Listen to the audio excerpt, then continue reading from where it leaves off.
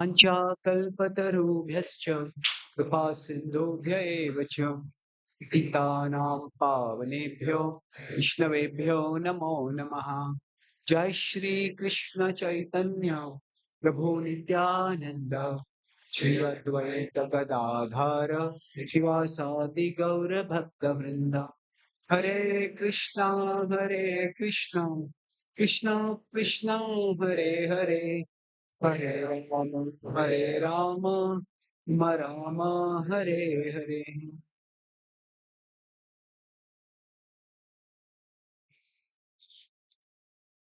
Hare Krishna.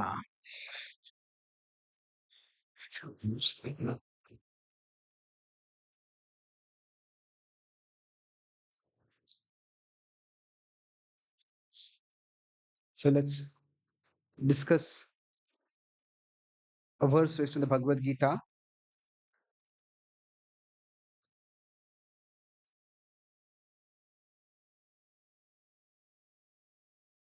We'll discuss based on 6.20 in the Bhagavad Gita.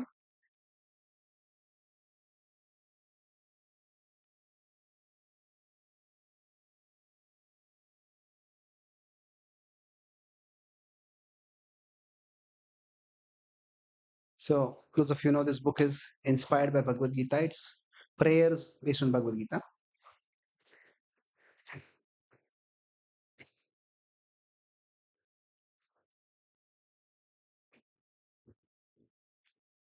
Sorry.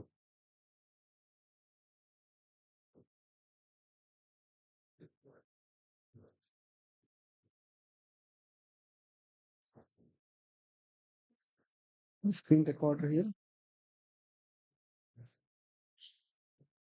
Samsung capture. No.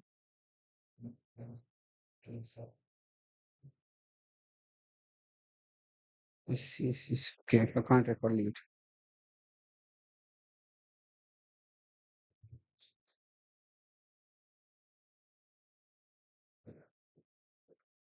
It should not be an issue.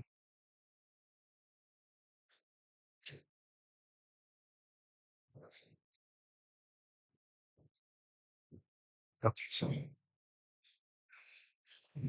if you like, you can repeat after me. My dear Lord, when will my mind become a mirror that shows the self?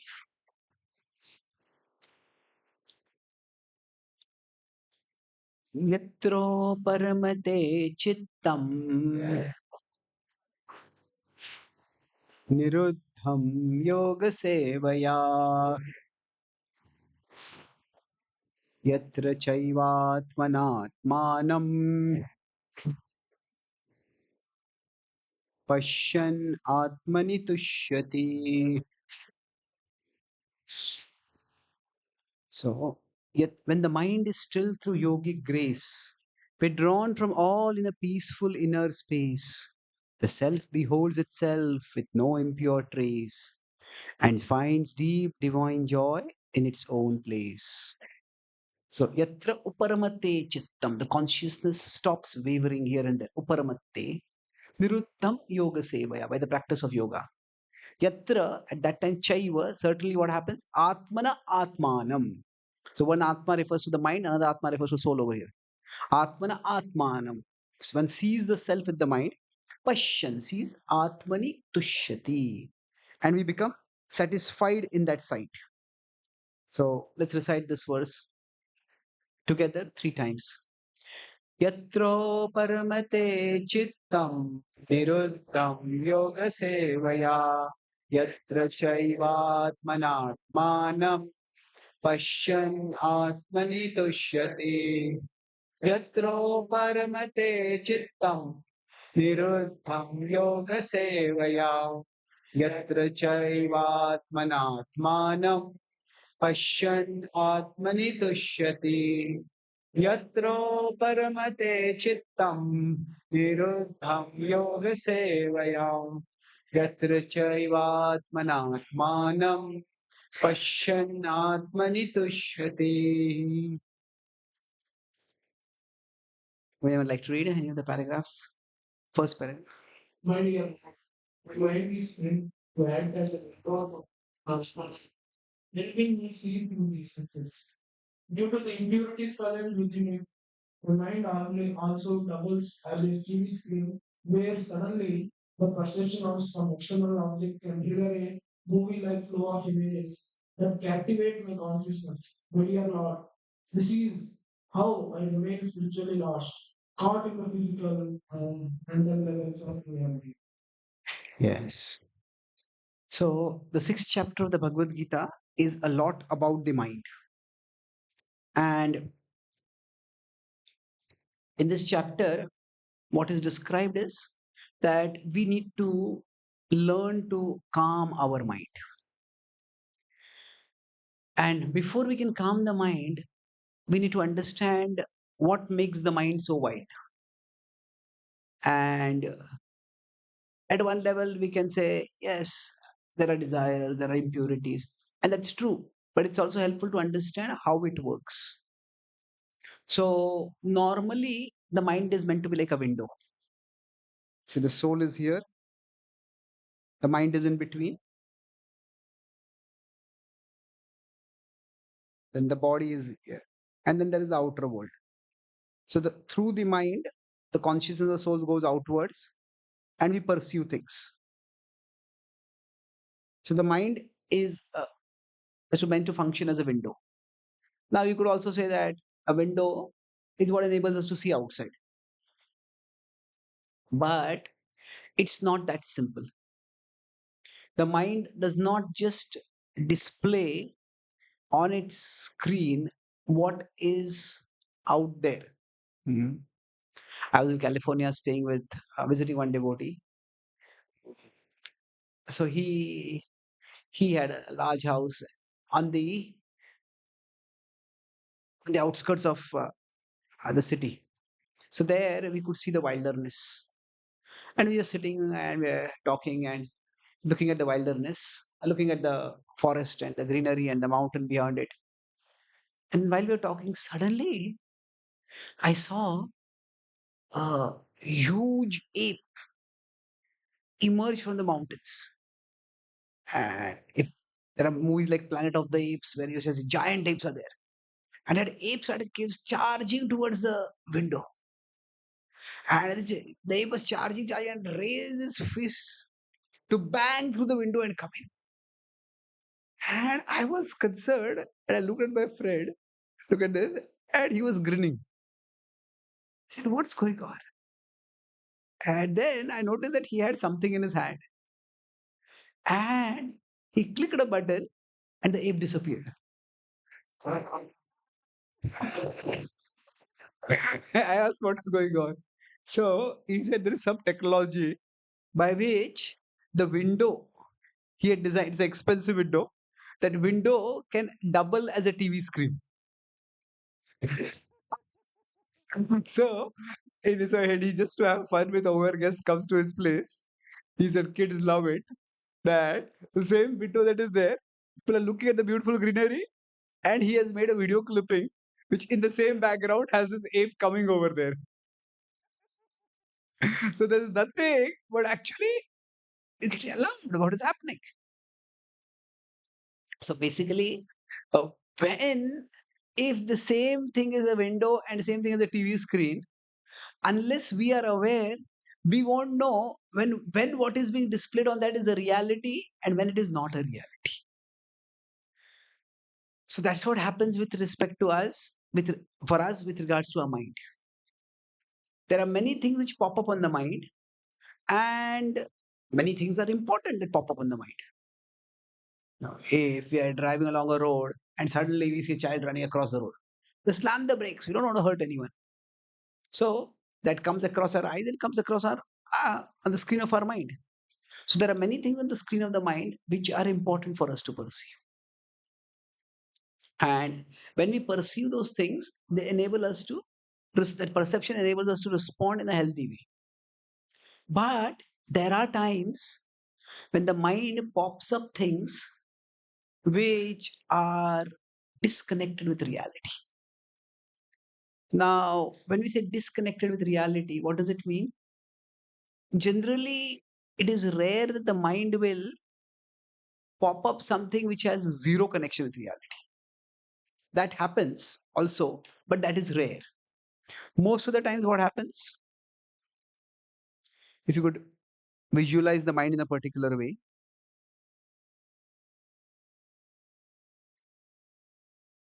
that the mind is here and say the body is here,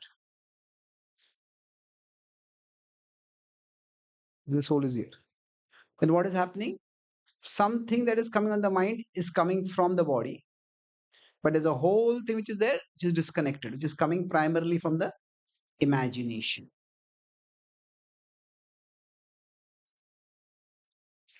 So now, technically speaking, when there is zero connection between what is there on the mind and what is there in reality. So if you imagine that the mind is here and the body is here. So what happens is what we are seeing is literally what the mind is showing is 100% opposite to what the body is showing. So this is technically called, a person who is like this is called insane or mad. So for example, some people hear sounds when there is nothing going on over there. So what is happening over there? That is, there is no one around, but they're hearing sounds. Now, are they imagining? Yeah, they're imagining. But for them, that imagination is real. So the key part of managing our mind is to understand that we need to align the soul, mind, and body together. This misalignment happens many times. So if somebody from a particular community has cheated us, maybe they sold something and it took a lot of money and it didn't work. Now, what may happen is we may, whenever we see anybody from that community, we start thinking these are cheaters. Now, are they cheaters? Maybe, maybe not. But based on that one experience, what is happening? The mind starts a movie. Oh, this person will do like this. This person will do like this. This person will do like this. And then that movie, we react much more to the movie about the person than the person itself. This is how technically what is called biases happen. Have you heard this word bias? Bias is basically, it's not necessarily lies. Biases are, we have particular preconceptions about certain people. Okay, these people are lazy. These people from this place are cheaters. These people, these people are violent. These people are like that. So we all have certain conceptions about groups of people, and those conceptions are not completely wrong. The problem with bias is not that it is false. They are not completely false. Rather, they are extrapolations. In graphs, we do extrapolation, that we have data for a particular point, but we take it way beyond point. That means what happens is we have little experience, and based on that little experience, we make a huge conclusion.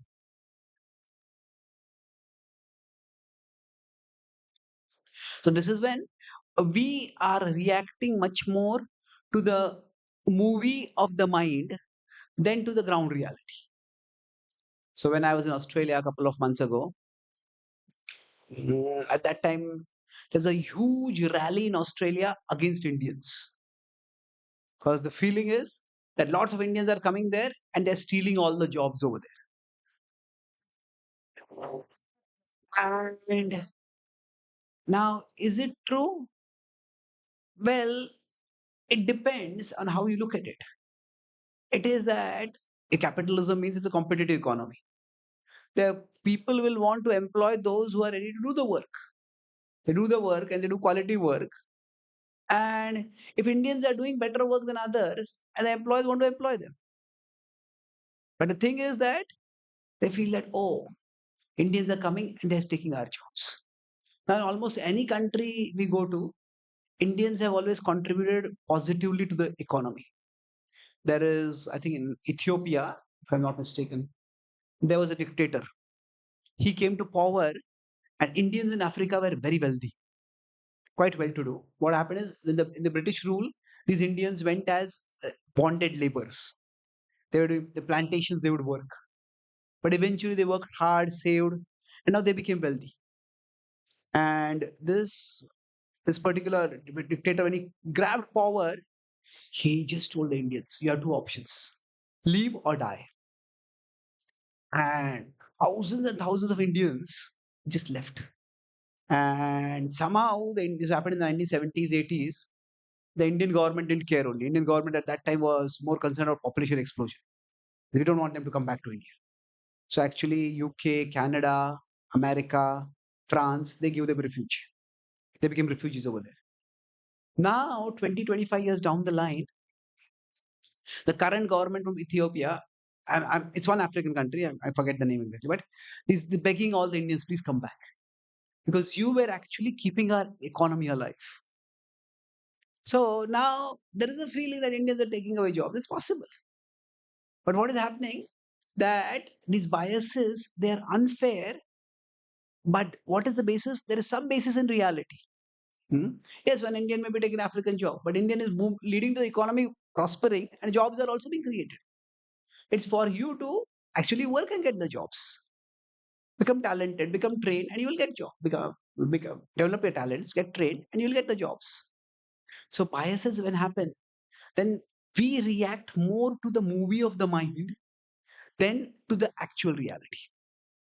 And many times politicians are very good at this. That they trigger people's emotions. These people are like this. These people will do like this. These people will do like this.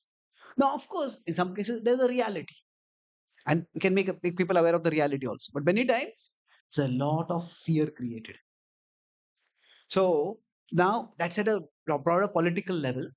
But the principle over there is that many times when somebody does something to us, they may do something that hurts us, but actually they are not reacting to us. They are reacting to whatever their mind is showing them about us. So this is where a lot of problems come in terms of relationships, in terms of dealings. Kunti Maharani says, Bhutanam yanmitha kali. That conflicts happen among people because of their mutual interactions. So let's move forward. Who would like to read the next paragraph? My Lord, when the self is But you, my lord. but you, my Lord, are so merciful that you provide me the path of yoga practice, which purify my mind, transforming into a mirror. And in that mirror of love, I can see myself as a soul, as an indestructible spiritual particle, as a beloved part of you, the all attractive supreme divinity. So now the mind can be a screen, the mind can be a window, the mind can be a TV screen. But the pure mind, Cheto Darpana Marjanam. What does Darpan mean? Mirror. So the mirror is meant to show us who we are. But when the mirror is distorted, somebody has a concave glance. It's like if people want to do makeup or something, then nobody will do the makeup in the car's mirror or the car side mirror, isn't it? The most attractive face will look long and elongated and distorted, isn't it? So sometimes when people take selfies, if they're too close to it, then they look very large. You say, I don't want a selfie. Let's take a proper photo. So the idea is that the mirror can sometimes distort things. So now when the mirror is distorted, then we don't see ourselves clearly. So now normally when a mirror is unclean, it gives us we can't see much. When the mirror is distorted, when the mirror is giving a distorted picture, that's slightly different from there are two terms at the end of the Bhagavad Gita. Krishna says, Ajnana sammoha pranashtaste dhananjaya. So agyan is ignorance and moha is illusion. These two are not the same. Ignorance means to can't see. We don't know. Illusion means to see what is not there. So among these two, which is worse? Whichever we have is worse. Isn't it? So even if we are in ignorant also, we are in trouble. But in many ways, ignorance is illusion is worse than ignorance. Say for example, if I am blindfolded by someone, then I can't see. And I'll ask someone for help, or I'll gently walk around, touch my hands at the wall to know where I should be going. But if I am blindfolded and I don't know I'm blindfolded, then it's much more dangerous, isn't it? Let me say, how can you not know that you're blindfolded? It's like some people are drunk, and some people are so drunk that they don't even realize they're drunk. Then it can become a big problem. So the mind does not just subject us to ignorance. The mind subjects us to illusion. Now we can say yes, illusion arises from ignorance. That is true. But illusion becomes much worse than ignorance. So now what we want to do is we want our mind to become like a mirror. Then in the mirror, we can see ourselves clearly. When we see ourselves clearly means that we see who I am and what matters for me. What is really important for me? What am I meant to do? What is my life meant for? When the mind is contaminated by impurities, we can't see clearly. And that is when what we see. So when the mirror is unclean, then we mistake ourselves according to our various upadhis. We may think, okay, I am an engineer. If I'm an engineer, then I have to come first in my engineering class. If I don't come first in my engineering class, then that's the end of the world for me. Depending on how much a particular identity is emphasized, there is that much impact. Sometimes the students don't do well in the exams, they may even end their life. Now, not doing well in the exams is a problem, but it's not such a big deal. But what happens when there is a distorted perception? We misunderstand ourselves, and we misunderstand ourselves. We misunderstand what is of value to us. See, the question of identity. When you talk about identity, who am I? The question of identity is important because it determines a lot of things. It determines primarily three things in our life. It determines our place. Who am I? Where am I? It is our place in the scheme of things. We could say it determines our purpose. Okay, where am I? Say, if I right now think I'm an Indian, then I may say I was an outside India, now I come back to India. Hmm? If I think of myself as a male, then I think, okay, this is a gathering of males.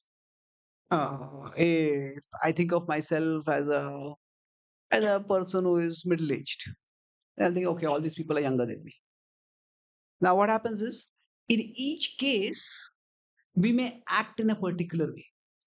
How we see ourselves that determines our purpose. And then, based on our purpose, we determine our priorities. So, when I use the word place over here, I'm not using the word place in a physical sense. See, it's more like where am I placing myself?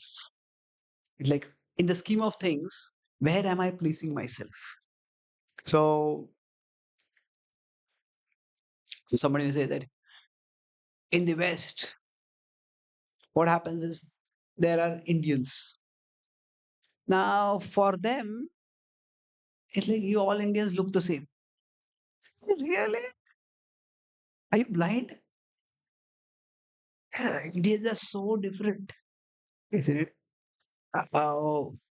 From their perspective, they just place us one place. Okay, your identity is Indian. So, our identity can come from a geography, but the idea is our how we see ourselves shapes a lot of things about us. So the more we see ourselves clearly, the more we'll act clearly. If, for example, somebody sees themselves primarily as a male, then okay, if I'm a male, then I need a female. Hmm. And if I see myself as a somebody sees themselves as athlete, I think I should have a fit body. Somebody sees themselves as a student, okay, I should have good IQ. We all think what is important for us based on how we see ourselves, where we place ourselves. So our identity shapes a lot of things for us.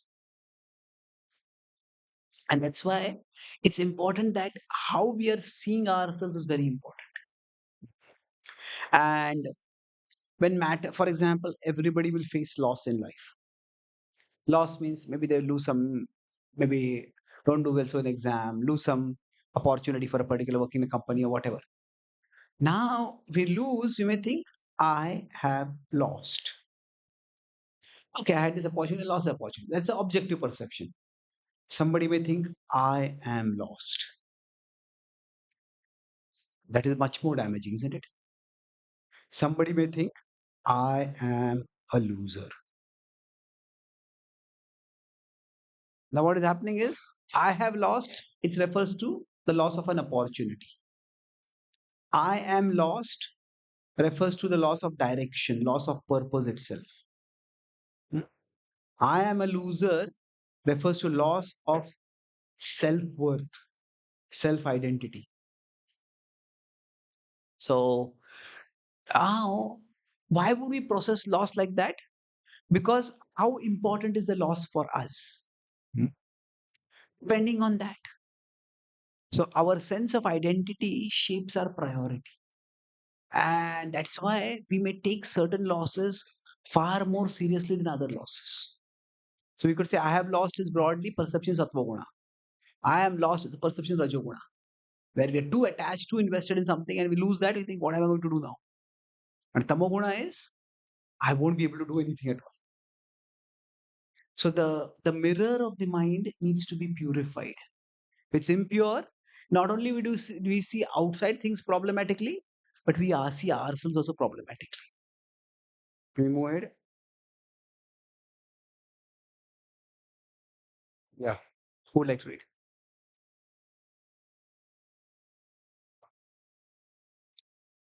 My Lord, when the self sees itself in its full glory, everything else in this world becomes pale and stale in comparison.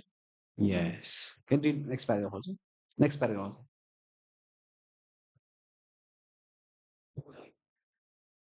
Yes, O Lord, I long for the day when my mind becomes pure and let me see myself as you see me in the spiritual glory that you have in store for me as my intrinsic destiny. Yes. See how we see ourselves. There are two broad ways. Most of us see ourselves through a social mirror. Social mirror means as how other people see us. Hmm? So if we grew up in our childhood and we're always unfavorably compared with, say, a neighborhood kid. He studies so well, he behaves so nicely, he gets so much more marks. Why can't you be like him? Then that shapes our perception. This is the social mirror. Now we cannot avoid that. We all have been shaped by a social mirror. But when we become purified, we understand that each one of us is a part of Krishna. So we see ourselves with a spiritual mirror that every one of us is important for Krishna. Every one of us is so important that Krishna is personally present in our heart as the Paramatma. So, on one side, it's important to understand that the soul is small and tiny and we are servants. But saying that we are servants is not meant to devalue us. That the one whom we serve is glorious, is supremely glorious. And serving such a person is a great privilege. He cares for us. So when we see the self again, the place of the self. We see ourselves primarily not in connection with our body, not in connection with our country, not in connection with our profession, not in connection with our age. We see ourselves primarily in our connection with Krishna. And that's why we see the self in a full glory. So when we practice bhakti, it is not just a ritual, okay, chant the holy names or do the aarti. These things are important, but it's something much bigger. It is that our whole conception of who am I and what my life is meant for, that changes. So as long as we conceive of ourselves in material terms, then material things matter a lot for us. But then when material things matter for us, so when somebody is very wealthy and they may have a lot of friends, now are the friends there for that person or for that person's wealth? There might be some who might be genuine, but many are there just because that person is wealthy. So what happens is when we are in the social mirror, our sense of self-worth becomes a lot dependent on externals.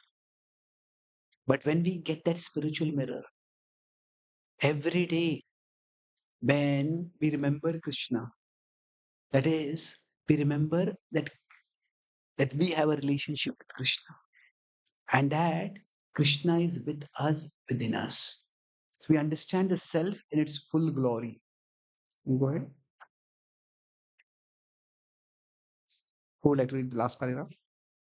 Bless me, my Lord, so that I do not get distracted by the illusory movies shown by my mind.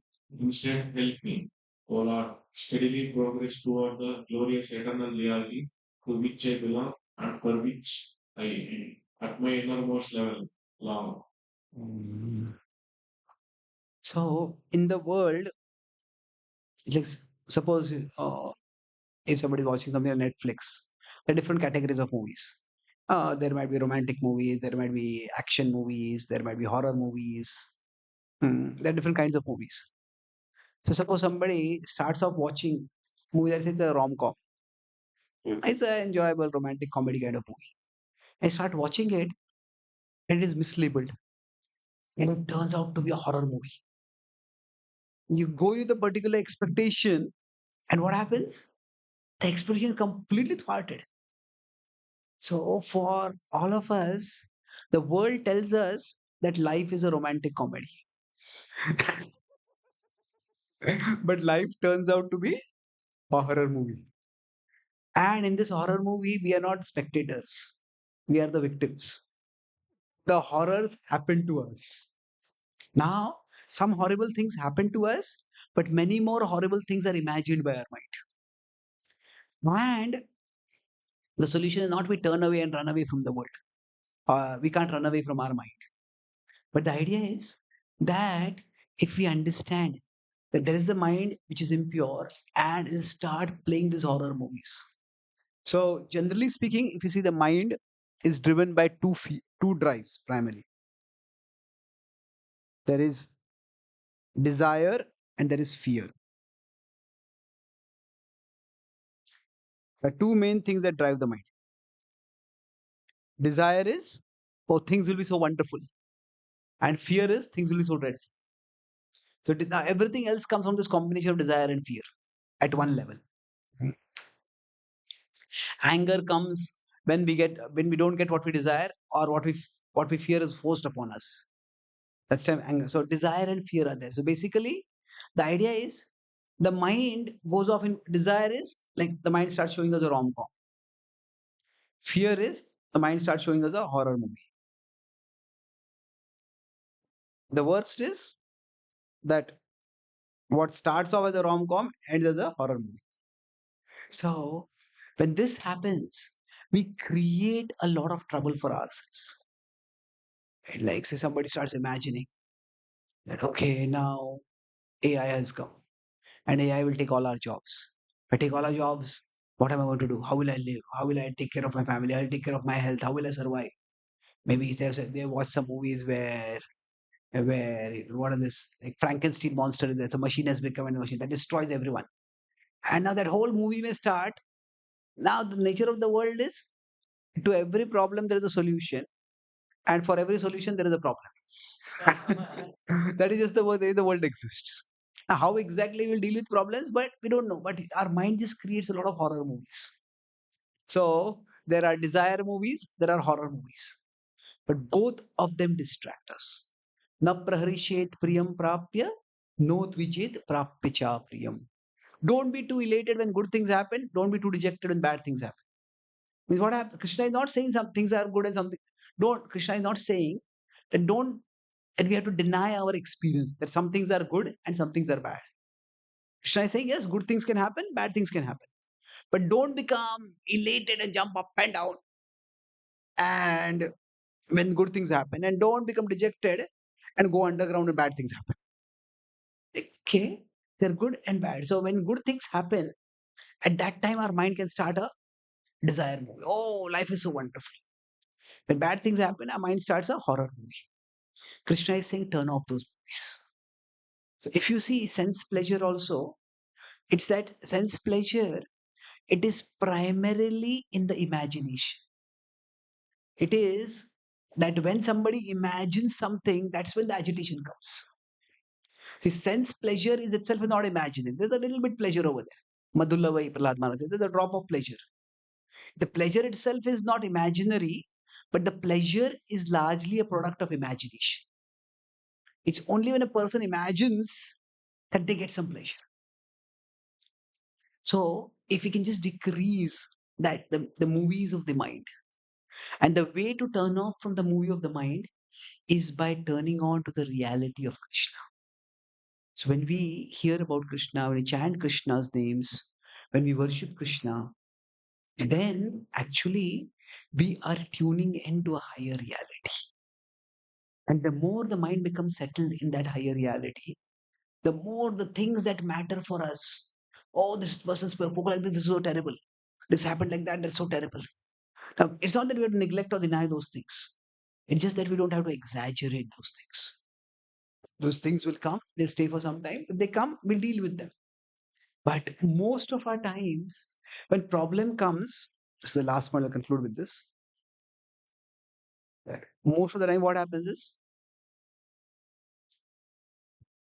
there is a problem. This is the actual problem, and this is the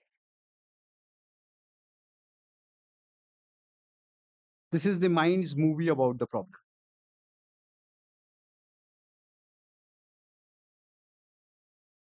And it's not that the problem is so crushing, it's the movie of the mind about the problem that is so crushing. And when we get overwhelmed, when we get depressed, when we get completely, we want to feel like quitting, that's because we are reacting to the problem, to the mind's movie of the problem. So bhakti, it's not about running away from the problems. And bhakti is about running towards Krishna.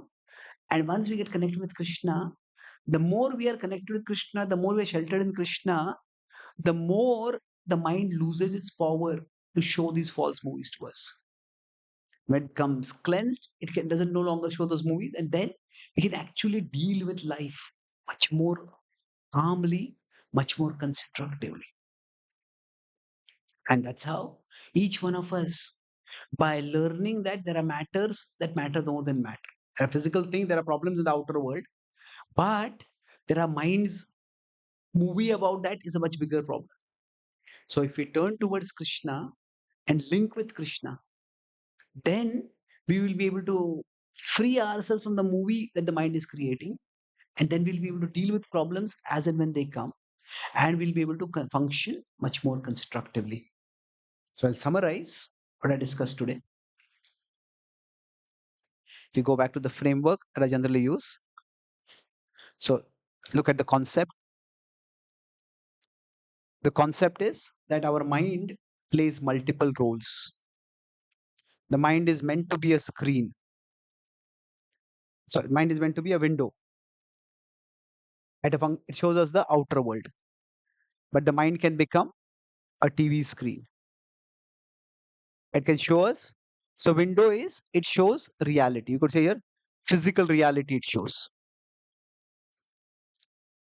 When it becomes a TV screen, it shows a movie that is some way linked with the reality, but is some way not linked with the reality also. Hmm?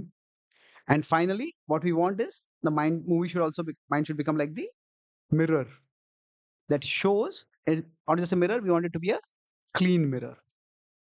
That's the concept of the mind. So we discussed about how, ideally speaking, the soul is here, the mind is here, and the body is here. That's where clear perception happens. But sometimes the soul is here, the body is here, but the mind goes off. Then what happens? Part of our consciousness is here, little bit of our consciousness is here. We are more reacting to the mind's imagination about the issue than the actual issue itself. This is how I talk about biases come up. This is how attachments come up. This is how aversion comes up. So when you use the word bias, it's more of aversion. These people are just like that. This is just like that. This is so terrible. So this is how bias, attachments, and aversions, raga and dvesha, both come up because we are reacting not to the thing, but to the mind's movie about the thing. Mhm. So Yudhishthir was never a threat to Duryodhan. Yudhishthir never wanted to take Duryodhan's kingdom away. Yudhishthir never wanted to send Duryodhan to exile. But Yudhishthir thought Duryodhan saw Yudhishthir as a threat, and that's how all his actions were not in reaction to what Yudhishthir did. It was how he saw Yudhishthir. That's how he was reacting. Then we discussed how insanity means there is zero connection. The mind is on the opposite side, and the body is on the opposite side. This is where the person just is completely lost the plot. They become insane.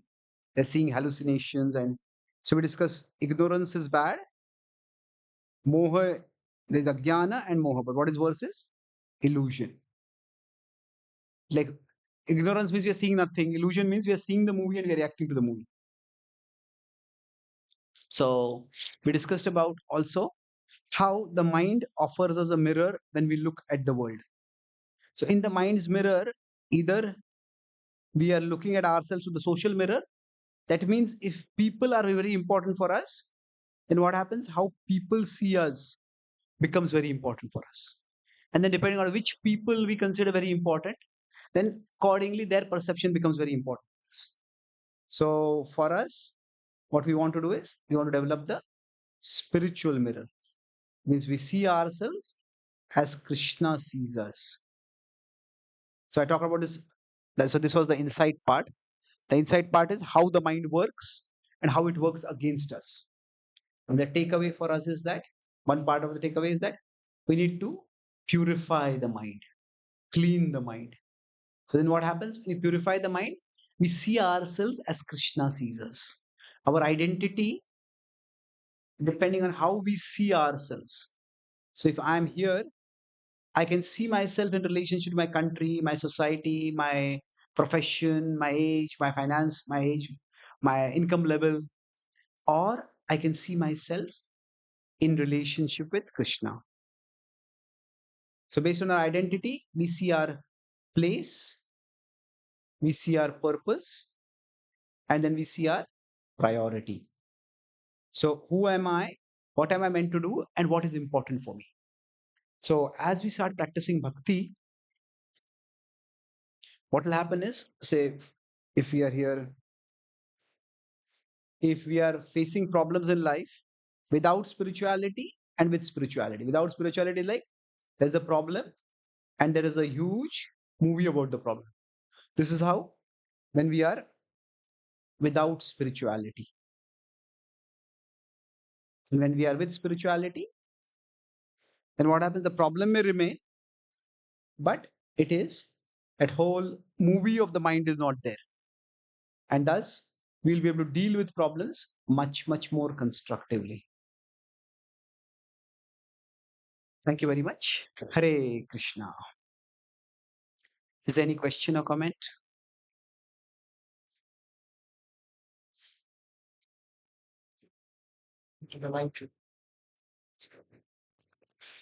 Hare Krishna. Prabhu.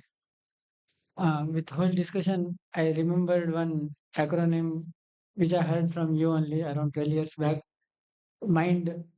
I can't remember if I'm wrong. I don't know. M is magnifies the problem. I imagines the pleasure, and neglects the opportunities, and D denies the reality. Excellent. Very good. Something.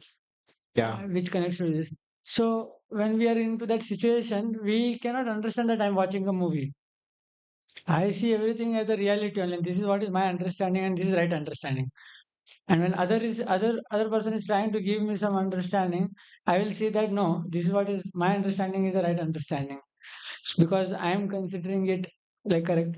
So how I can come to the reality, mm, coming from this illusion which mind is proposing me, or some different movie which mind is proposing to me. Yes. This is a solution. See, in general, one of the biggest predictors of mental health problems is loneliness. The more lonely a person is, the more they are likely to be anxious, the more they are likely to be depressed. Because what happens if they're lonely, that means their mind is playing a movie for them, but there's no one close enough whom they trust or whom they can ask who will help them see that this is just a movie. This is not the reality. So normally we look through the mind towards others. Hmm? And that's how we will look at it. We all, and our mind is a tool for us. We will look through the mind at people, but we need at least one or two people in our lives through whom we look at our mind.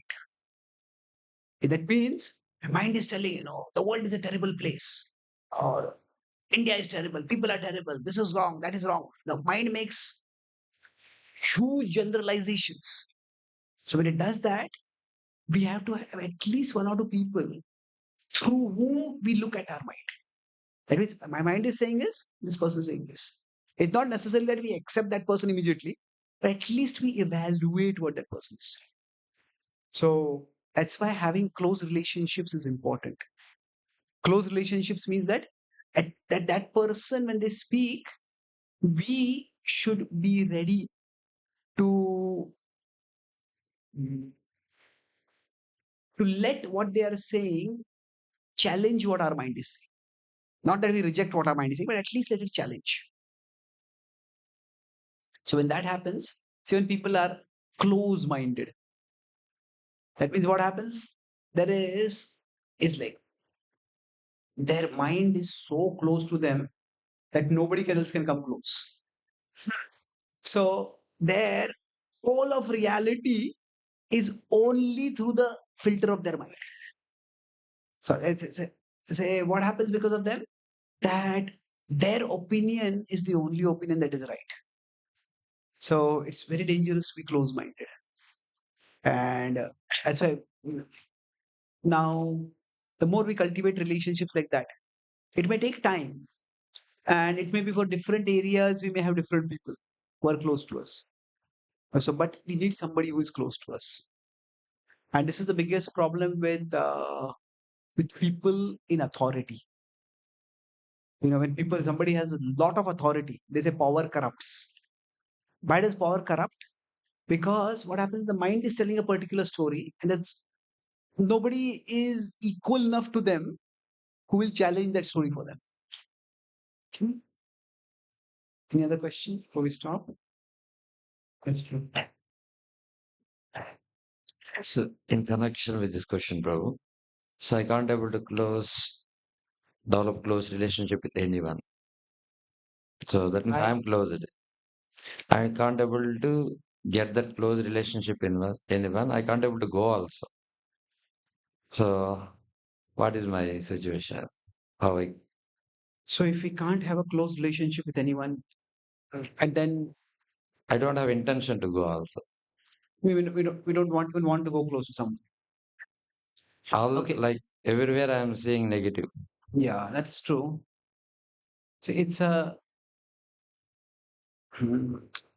challenge because, see, when we go close to people, we open ourselves to be hurt by them. We open ourselves to being betrayed by them. There's an American comedian who said, "I love humanity. It's just human beings that I can't tolerate."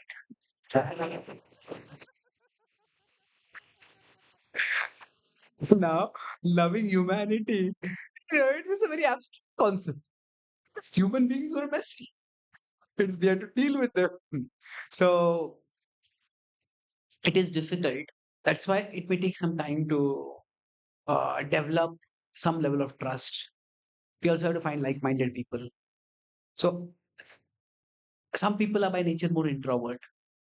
So if they're a little more introvert, they like their space. They need their space. So introvert doesn't mean they don't like people, but introvert people means they get strength when they're not surrounded by people. They get strength by processing life, processing their thoughts, by thinking and analyzing. Extroverts, they get strength by being with others. So if some people are introvert, then it's not that introverts don't need relationship or can't have a relationship. Just it comes in a different way. So somebody might not have very close relationships, but at least if they are hearing alternative perspectives. So I'd say that in that case, say when does a danger come? I would say three things. That if like we don't have anyone through whom we look at our mind. So don't just look through your mind, look at your mind before you look with your mind. Look at your mind. What is the image over here? What is the imagination movie going on over here? So if we are not doing that, then three problems is if that person has a lot of power. Hmm? So if somebody is extremely powerful and then they don't connect with anyone who is their equal, they don't consider anyone to be their equal, that is the red sign. If these are not there, then that's not a serious problem. Second is that they have serious anarthas that make them break boundaries. Hmm? So if somebody is very short tempered and they have somebody who can remind them that they are getting angry, but if everybody is so afraid of them that nobody reminds them that they're getting angry, and even if they abuse someone, they hit someone, they assault someone, there's so much power that nobody's going to challenge them. If they have a tendency for anarthas where they break boundaries, now, what boundary might be that may be different, but that is where it becomes a problem. And the third thing is that if they have no strong purpose, sometimes somebody who has a strong purpose, they may have to be alone. Because see, when Prabhupada went to America, he had no equals. Hmm. It is if somebody has to do something really important, they may have to be alone. But then what happens? That purpose protects them from their mind. It's like say some student has a exam after 6 months, and a friend says, "Come on, let's watch a movie." They may watch a movie, but if the student has the exam after 6 hours, the friend says, "Let's watch a movie." Forget it, he said. Why? Because the sense of urgency has created a sense of purpose for them. So, like that, our mind may start showing a movie to us. If we have a strong sense of purpose, then we won't take the mind's moving so seriously. When Prabhupada was asked that once he was asked, if our purpose is to serve Krishna, then why is Maya so strong? And Prabhupada immediately replied, because your purpose is not strong. Mhm. So now we should try to get some good association, some close relationships. And we shouldn't not do that, but it may have take some time to be able to do that. But till then, at least if these danger signs are not there, then it's Person alone. I heard from devotees like they felt that they are alone, like saying that everyone is there, surrounding, everything is there, but so they're telling we are alone. Like when we magnify and go internal, you also mentioned one of the point, they'll feel alone. So what is happening when they tell alone? So whether they are spaced out or okay. they're not able to relate or what is the exact? See, loneliness is a quite a serious problem in today's world, and loneliness can be at many different levels. It's like Europe was sorry, United Kingdom was the first country to appoint a minister for loneliness. They had a ministry, and what happened was that minister resigned because of loneliness. No, that's a bit of exaggeration, but that's what happened. So why he resigned because of mental health problems. But loneliness at one level can be physical. You're just physically alone. Now that's a loneliness, but that's not such a difficult kind of loneliness to deal with. Mm. The difficult kind of loneliness is when it's more of a emotional loneliness. Emotional loneliness is where we feel ununderstood, mm, or we feel uncared for. Mm. Nobody cares what I'm feeling, or nobody even understands what I'm feeling. Nobody understands what I'm going through. That is emotional loneliness. That is much more difficult to deal with. So somebody can be alone but not lonely. Somebody can be surrounded by people and still be lonely. So emotional loneliness is much more difficult to deal with. Now, beyond that, there can be what is often called as the existential loneliness. This is more like a philosophical, like somebody is an atheist, somebody is a materialist. Now, most people who are atheists or materialists, they're not very philosophical. They just don't think about life, big questions of life so much. But existential loneliness means that no, we are all alone in this big bad universe. There's no one who's there to help us. And anything can happen to us at any time. Might is right. And that's all there is to life. This is a very profound level of loneliness. This is not just emotional, it is much more in my existence itself, I'm going to be alone. I'm going to be lonely because basically atheism leads to that. Now, it doesn't always have to lead to that, but if somebody takes atheism to its philosophical conclusion, you know, then that's where it leads to. So even if people are there with me, it's all temporary. It's a very very dark level of things. Now, now beyond that, you could say that there is intentional loneliness. By intentional, I don't mean that the person has intentionally put them in loneliness, but it's that based on their values, they choose a different path. Krishna says, Yanisha Sarvabhutanam Tasyam Jagat Sahyam.